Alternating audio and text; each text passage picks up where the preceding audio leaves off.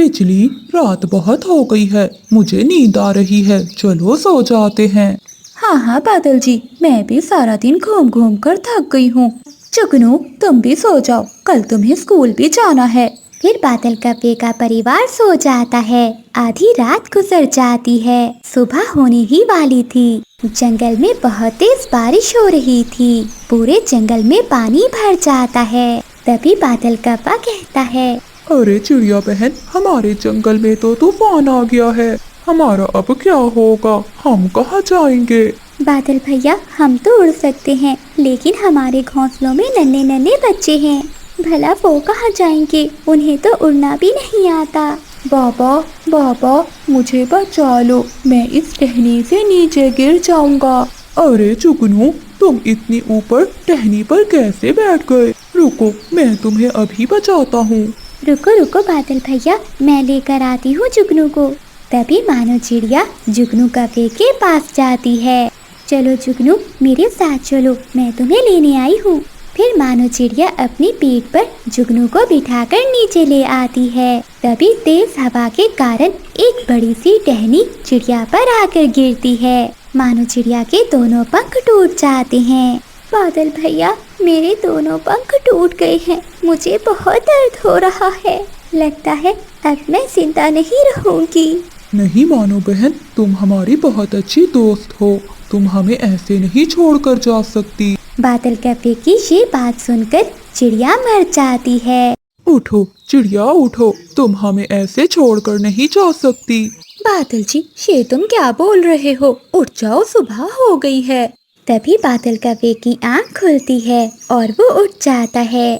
शुक्र है सपना था, सपना ना होता तो फिर क्या बनता। बादल, ऐसा कौन सा सपना देख लिया है जो तुम इतने परेशान हो? बिजली, मैंने सपने में देखा कि जंगल पे बहुत तेज बारिश हो रही थी। जंगल के सभी पक्षी बहुत परेशान थे। चिड़िया मेरे बेटे जुगनू को बचाकर लाई थी कि तभी एक बड़ी टहनी टूटकर चिड़िया के ऊपर गिर गई, जिस कारण चिड़िया मर गई थी। तभी मेरी आंख खुल गई। अगर ये सपना सच हो गया तो क्या होगा? सुना है कि सुबह के सपने सच हो जाते हैं, अगर ये सपना भी सच हो गया तो। बादल जी, आपने बहुत बुरा सपना देखा है, लेकिन चिंता न करें, आपका सपना कभी पूरा नहीं होगा।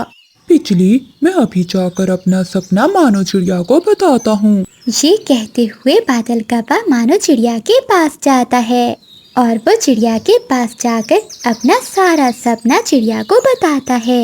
अरे बादल भैया, आप तो ऐसे ही डर रहे हो, और किसी ने ऐसे ही कहा होगा कि सुबह के सपने सच होते हैं, लेकिन हकीकत में ऐसा कुछ भी नहीं होता। और हाँ बादल भैया, अगर मेरी किस्मत में मरना लिखा है तो मैं जरूर मर जाऊंगी। चिड़िया बहन, हम सब पक्षी तुम्हारे बिना कैसे रहेंगे? तुम तो बहुत अच्छी हो और हम सब पक्षियों का कितना ख्याल रखती हो। तुम चिंता नहीं करो बादल भैया, कुछ नहीं होगा मुझे। अगले दिन जंगल में बहुत गर्मी थी। बादल कप्पा गर्मी से बहुत परेशान था। कितनी गर्मी हो रही है हमारे जंगल में, न जाने क्या हो गया है, पहले तो कभी इतनी गर्मी नहीं हुई। हाँ बादल यार, काश कि हमारे जंगल में बारिश हो जाए, तो फिर ये गर्मी भी दूर हो जाएगी। कबूतर, तुम ये बारिश की बातें मत करो, बारिश हमारे जंगल में कभी नहीं होनी चाहिए। अरे बादल यार, क्यों ना हो बारिश, बारिश में तो बहुत मजा आता है। फिर बादल कप्पा अपना सपना कबूतर को बताता है। अरे बादल यार, तुम तो पागल हो गए हो, सपने थोड़ी ना सच होते हैं। मैंने भी कल एक सपना देखा था कि मैं बहुत अमीर हो गया हूँ, लेकिन देखो क्या मैं अमीर हुआ हूँ। ऐसे सपने सच नहीं होते।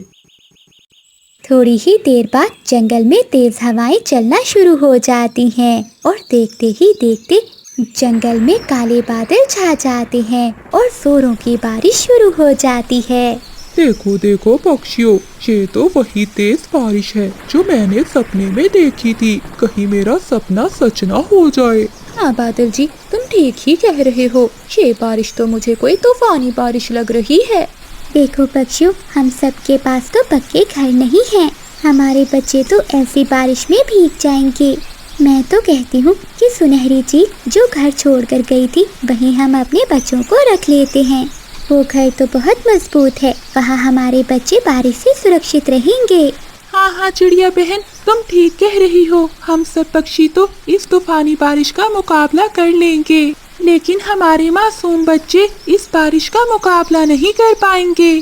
थोड़ी ही देर बाद जंगल के नन्हे पक्षी सुनहरी चील के छोड़े हुए पक्के घर में आ जाते हैं और वो सारे बच्चे बारिश से बच जाते हैं। चिड़िया बहन, मुझे बहुत डर लग रहा है, तुम भी जाओ और बच्चों के साथ जाकर बैठ जाओ। बादल भैया, मुझे कुछ नहीं होगा, मैं तुम सब पक्षियों को अकेला छोड़कर नहीं जा सकती। तेज बारिश के कारण पूरे जंगल में पानी भर जाता है। हवा भी बहुत तेज चल रही थी। तभी अचानक बुलबुल पेड़ से नीचे पानी में गिर जाती है। दोस्तों, मुझे बचाओ, मैं इस पानी में डूब जाऊंगी, मुझे कोई पानी से बाहर निकालो। बुलबुल बहन, हम तुम्हें बचा लेंगे। तभी वहाँ उड़ता हुआ कबूतर आता है और वो पक्षियों से कहता है, मानो बहन, बहुत बुरी खबर है। चील का जो पक्का घर था उसकी छत टूट गई है। अब चील के घर में भी पानी भर गया है। ये आप क्या कह रहे हैं कबूतर भैया? बारिश तो बहुत बढ़ गई है। दोस्तों, मैं बच्चों को बचाती हूँ और आप सब बुलबुल को बचाओ। चिड़िया बहन, तुम अकेली मत जाओ, मैं भी चलता हूँ तुम्हारे साथ। फिर मानो चिड़िया और बादल कौवा फौरन सुनहरी चील के घर की ओर जाते हैं। बादल भैया, पूरे घर में पानी भर चुका है, हमें जल्दी से बच्चों को बाहर निकालना होगा। तभी कबूतर वहाँ आता है। मानो बहन, सभी बच्चों को लेकर मेरे घोंसले पर चलते हैं। मैंने वहाँ एक बड़ा छाता लगाया है, जिससे बच्चे बारिश के पानी में सुरक्षित रहेंगे। हाँ हाँ, जल्दी करो, चलते हैं। फिर थोड़ी ही देर में चिड़िया, बादल कौवा और कबूतर सारे बच्चों को लेकर कबूतर के घोंसले में आ जाते हैं।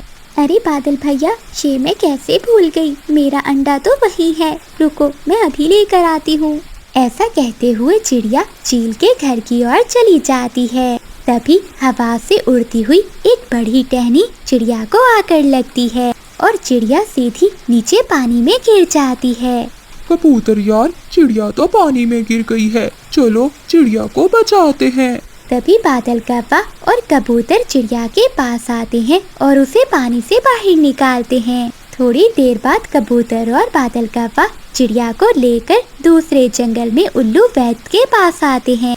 उल्लू वैद्य जी, चिड़िया उठ क्यों नहीं रही, क्या इसे ज्यादा चोट आई है? हाँ बादल कौवे, वो शायद बड़ी टहनी थी जो चिड़िया को आकर लगी है, इसलिए चिड़िया को ज्यादा चोट आई है। अगर आज चिड़िया को होश ना आया तो मानो चिड़िया मर भी सकती है। मानो बहन, उठ जाओ मानो बहन, मेरा सपना पूरा ना करो।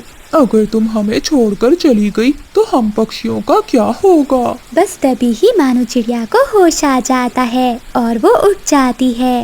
अरे वाह, चिड़िया को होश आ गया, चिड़िया उठ गई। बादल भैया, जिसके इतने अच्छे दोस्त हो, भला उसे क्या हो सकता है।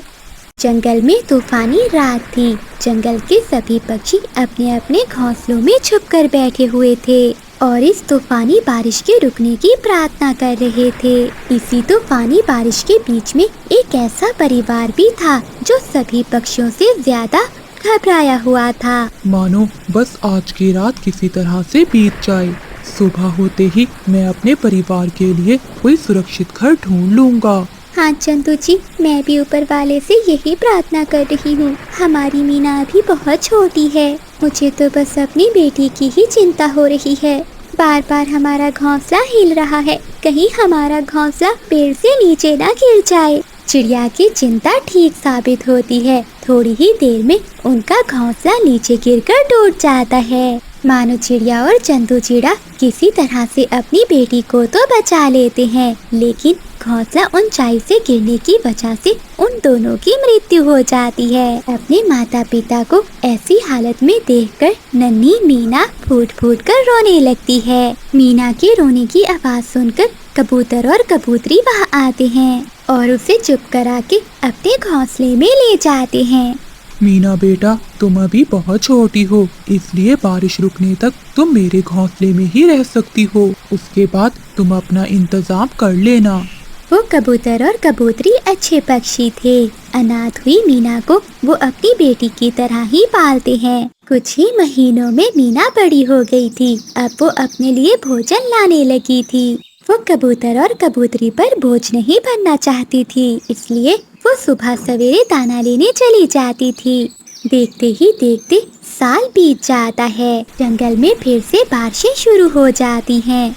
मीना चिड़िया ने अब कबूतर और कबूतरी के बगैर जीना सीख लिया था, लेकिन पहली बारिश देखकर वो बहुत डरी हुई थी। वो एक पेड़ की डाल पर बैठी हुई थी कि तभी कबूतर वहाँ आता है। मीना, तुम यहाँ पत्तों में कब तक छुपी बैठी रहोगी? जाओ, अपने लिए एक घर बना लो। बंटी मामा, मैं अपना घर कैसे बनाऊंगी? मेरे मामा पापा का घर तो तूफान में टूट गया था। मैं अकेली अब अपना घर कैसे बनाऊंगी? देखो बेटी, पक्का ना सही तो कच्चा बना लो। अगर ऐसे बारिश में भीगती रही तो बीमार हो जाओगी। हाँ, ठंड तो मुझे बहुत लग रही है और ये बादलों की आवाज़ सुनकर तो मेरी जान निकली जा रही है। अब अच्छा यही होगा, मुझे खुद ही अपने लिए एक घर बनाना होगा। अगले दिन से ही मीना चिड़िया तिनके लाकर अपना घर बनाना शुरू करती है। बादल कौवा और बिजली कौवी ये देखकर चिढ़ जाते हैं।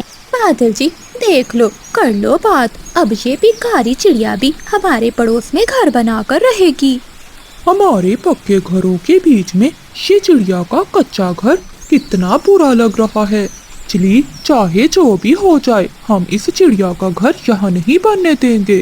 तभी बादल कौवा और बिजली कौवी मिलकर एक योजना बनाते हैं। बादल जी, आज तो बहुत मजा आ गया। कितने मजे के मीठे मीठे आम खाए हैं। रोज ऐसे मीठे मीठे आम मिल जाए तो मजा ही आ जाए। वो बुलबुल तो आज पूरे जंगल को मुफ्त में आम खिला रही है। बिजली कौवी की बात सुनकर मीना चिड़िया उनकी बातों में आ जाती है और आम खाने के लिए बुलबुल के बागीचे में चली जाती है। बादल जी, जल्दी करो, इससे पहले कि वो मीना लौट आए उसका घोंसला गिरा दो।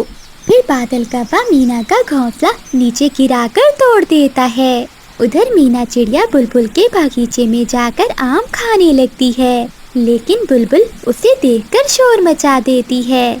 अरे अरे, देखो तो, ये चिड़िया मेरे बाग में आम खा रही है। देखने में तो कितनी भोली है, लेकिन काम तो देखो इसके चोरों वाले हैं। बुलबुल का शोर सुनकर सभी पक्षी वहाँ आ जाते हैं। आप शोर क्यों मचा रही हैं बुलबुल काकी? मैंने ऐसा क्या किया है? अच्छा, एक तो मेरे बागीचे से आम चुरा कर खा रही है और ऊपर से पूछ रही है कि मेरी गलती क्या है। अरे काकी, ये आप क्या कह रही हैं? मुझे तो बिजली आंटी ने कहा कि आप आम की दावत दे रही हैं, इसलिए मैं यहाँ चली आई। आप ही बताएं, क्या कभी मैंने आपके बागीचे से चोरी की है? हाय हाय, देखो कैसा जमाना आ गया। एक तो चोरी, ऊपर से सीना चोरी। खुद बैठी आम खा रही है और बदनाम मुझे कर रही है। बिजली आंटी, आप झूठ क्यों बोल रही हैं? कोई भी पक्षी मीना चिड़िया का विश्वास नहीं करता और मीना रोती हुई वहाँ से चली जाती है। जब वो अपने घोंसले के पास जाती है तो अपने घोंसले को नीचे टूटा हुआ देखकर हैरान होती है। ऐ ऊपर वाले, मेरा घर किसने तोड़ दिया है? मैंने भला किसी का क्या बिगाड़ा था? अब मुझे फिर से बारिश और तूफान में ऐसे ही रात बितानी होगी। मीना बैठी ऐसे रो रही थी, तभी बिजली कौवी और बादल कौवा हंसते हुए वहाँ आते हैं। बादल जी, ये तो बहुत भोली है। हमने कितनी आसानी से इसे अपनी जाल में फंसा लिया और ये फंस भी गई। बिजली आंटी, अगर आज मेरे भी माता पिता होते तो मैं भी आपकी तरह बड़े घर में रह रही होती। आप सब मुझे क्यों तंग कर रहे हैं? क्यों हर समय मेरा मजाक बनाते हो? मैं तो आप सबके साथ मिलकर रहना चाहती हूँ। मीना की बातें सुनकर बिजली और बादल वहाँ से चले जाते हैं। वो रात मीना चिड़िया बारिश में ही गुजारती है। एक दिन मीना चिड़िया भोजन की खोज में बस्ती की ओर जाती है। तभी उसे मिट्टी के बर्तन बनाने वाला एक इंसान दिखाई देता है। अरे, ये तो कितने सुंदर बर्तन हैं। अगर ये लोग मिट्टी से बर्तन बना सकते हैं तो क्या मिट्टी से घर नहीं बन सकता? अगर मेरा भी एक मिट्टी का घर होता तो कितना अच्छा होता। हाँ, अगर मेरा घर सुंदर होगा तो सभी पक्षी मुझसे दोस्ती करेंगे। फिर मीना चिड़िया अपने चोंच में थोड़ी थोड़ी मिट्टी लाकर अपने पेड़ पर जमा करती है। मिट्टी तो मैं ले आई हूँ, लेकिन ये बदमाश पक्षी फिर से मेरा घर ना तोड़ दे। मुझे कुछ भी समझ में नहीं आ रहा कि मैं क्या करूँ। तभी कबूतर वहाँ आता है। अरे मीना, किस चिंता में बैठी हो? तुमने अभी तक अपना घर नहीं बनाया। क्या बताऊँ बंटी मामा, मैंने तिनका तिनका इकट्ठा कर कर अपना घर बनाया था, लेकिन यहाँ के पड़ोसी पक्षी मेरे साथ बहुत बुरा बर्ताव करते हैं। उन्होंने धोखे से मेरा घर नीचे गिराकर तोड़ दिया। मामा जी, मैंने ये सारी मिट्टी जंगल के कोने कोने से इकट्ठी की है। अब मैं इससे अपना घर बनाना चाहती हूँ, लेकिन मैं डरती हूँ कहीं वो फिर से मेरा घर ना तोड़ दे। तुम चिंता नहीं करो, इस बार तुम्हारा मामा तुम्हारे साथ है। तुम बनाओ अपना घर, मैं देखता हूँ कौन आता है तुम्हारा घर तोड़ने। मीना चिड़िया कबूतर की बात सुनकर बहुत खुश हो जाती है और वो दिन रात एक करके अपना मिट्टी का एक सुंदर सा घर बनाती है। बादल जी, वो देखो, चिड़िया ने फिर से अपना घर बना लिया। चलो, इसे सबक सिखाना ही पड़ेगा। मीना अपना घर बनाते बनाते थक जाती है और नदी से पानी पीने चली जाती है। बादल जी चलो, यही मौका है, गिरा देते हैं इसका मिट्टी का घर। आई थी बड़ी हमारे पड़ोस में घर बनाने वाली। जैसे ही बिजली और बादल वहाँ जाते हैं तो कबूतर डंडा लेकर आ जाता है। कबो, शर्म नहीं आती तुम्हें? तुम्हें तो उसकी मदद करनी चाहिए थी, उल्टा तुम उसे ही तंग कर रहे हो। और तो और तुमने उसका घर भी तोड़ दिया। कितनी मेहनत करके उसने अब ये घर बनाया है। अब तुम दोनों यहाँ क्या करने आए हो? बिजली, तुम्हें तो शर्म आनी चाहिए, तुम्हारी अपनी संतान नहीं है। तुम फिर भी उस छोटी बच्ची को कितना तंग कर रही हो। कबूतर की बातें सुनकर कौवा और कवि बहुत शर्मिंदा होते हैं। तभी मीना चिड़िया भी पानी पीकर लौट आती है। अरे बादल और बिजली आंटी, आप यहाँ? कहीं फिर से मेरा घर तो तोड़ने नहीं आई? मैंने बहुत मुश्किल से बनाया है। प्लीज आंटी, मैं आपसे विनती करती हूँ, मेरा घर ना तोड़ना। मीना, मुझे माफ कर दो, अब हम तुम्हें कभी भी तंग नहीं करेंगे। अब तुम आराम से यहाँ रह सकती हो। कबूतर ने हमारी आंखें खोल दी। हमने तुम्हारे साथ बहुत गलत किया है, हो सके तो हमें माफ कर देना। मैं तो परिवार के लिए